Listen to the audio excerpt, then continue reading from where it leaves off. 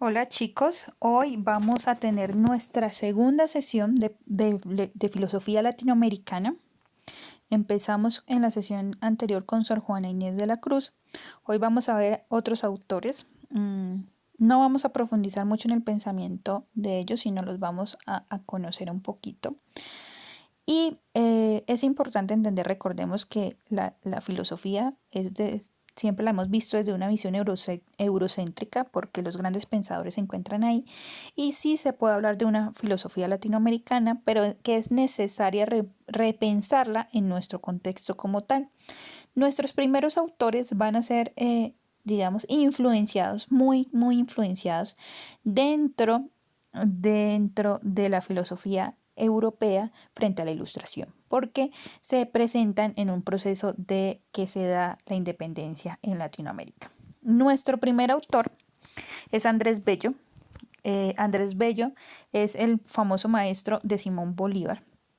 Importantísimo entender cómo las ideas de una América de independencia, de libertad, fueron transmitidas también a Simón Bolívar y digamos, él hizo realidad todas esas ideas del señor Andrés Bello.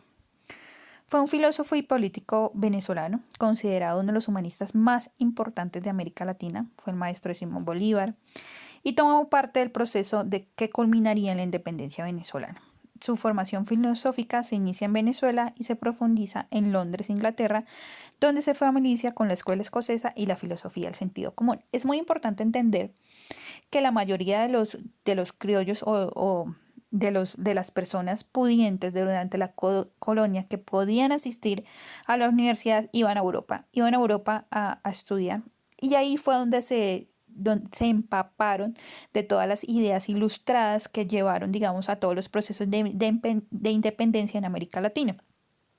Siempre hemos hablado de que la filosofía de qué nos va a servir. Y pues resulta, chicos, que la filosofía es la que alimenta las ideas y va a alimentar muchos sucesos históricos. ¿Qué hubiera pasado si esas personas no hubieran ido a estudiar a Europa y no se hubieran llegado esas ideas ilustradas acá a América? Seguramente no hubieran dados en esa época los procesos de independencia, sino que hubieran sido posteriores o la historia sería totalmente diferente. Entonces, gracias a esas ideas de ilustración, estas personas, digamos, llevaron y construyeron nuevas ideas de la importancia de la independencia en América Latina. Luego de cursar sus estudios en latín, los vientos revolucionarios que soplan en América embarcaron a Bello, quienes, luego de declarar la independencia en su país, participó como auxiliar en una misión diplomática en Londres liderada por Simón Bolívar en 1812. Solo 2 años después de su arribo a la capital inglesa, se restablece el régimen colonial en Venezuela, con lo que Andrés comenzó su periodo de autoexilio y se queda en Inglaterra estudiando digamos, se estableció durante este tiempo en Inglaterra. Durante sus años en Londres, Andrés Bello colaboró activamente en la causa americanista, siendo redactor del Censor Americano, la Biblioteca Americana y director del Repertorio Americano. Ese fue el periodo de Bello, se empapó del hispanoamericanismo que llevó a trabajar en distintas legislaciones en americanas en Inglaterra, entre ellas la chilena. En Chile es muy conocido y es muy admirado porque, digamos, él dio las bases para la constitución chilena. Y es importante entender que Andrés Bello, digamos, dentro de su trabajo, va a resaltar el americanismo. ¿Qué quiere decir? Que va a resaltar el pensamiento como tal de América Latina, que va a resaltar la importancia, digamos, de la independencia, de construir un país como tal, de identificarse como americanos. Esto lo va a resaltar mucho en sus obras. Él no solamente podemos hablar de un pensamiento filosófico, sino también él va a escribir de diferentes formas, va a escribir poesía, va a escribir historia, va a escribir literatura. De muchas diferentes formas él va a escribir, no solamente desde una visión filosófica. Bueno, esto ya lo vimos. Luego tenemos a Juan Bautista Alberdi, de 1810 a 1884.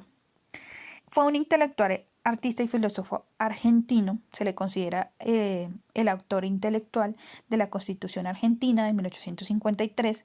Recordemos que todos estos pensadores van a dar, digamos, su luz frente a los procesos de independencia que van a alimentar las ideas, como ya lo expliqué anteriormente.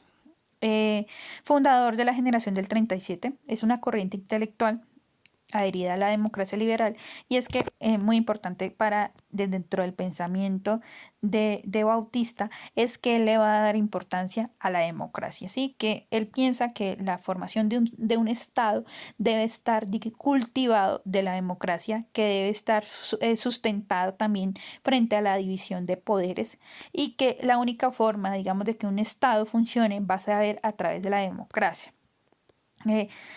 En su libro El crimen de la guerra, lo escribió bajo presión entre una guerra que enfrentaba Argentina contra Paraguay. Él no está de acuerdo con la guerra y es muy dado a la paz y a la fraternidad en la tierra, y proclamó las guerras como un crimen. También, digamos, se va a ver en sus escritos un carácter desde lo derecho y desde la moral cristiana. Muy importante, chicos, se va a ver reflejado, era una persona muy devota, era una persona cristiana, y se va reflejado en sus escritos como tal.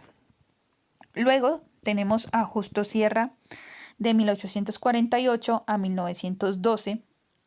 Un intelectual mexicano, artífice de la fundación de la Universidad Nacional de México, actual Universidad Nacional Autónoma de México, la UNAM, una de las más importantes universidades que existen actualmente en Latinoamérica, llamado el Maestro de América, título otorgado por varias universidades latinoamericanas, uno de los pensadores más influyentes en la historia moderna de México.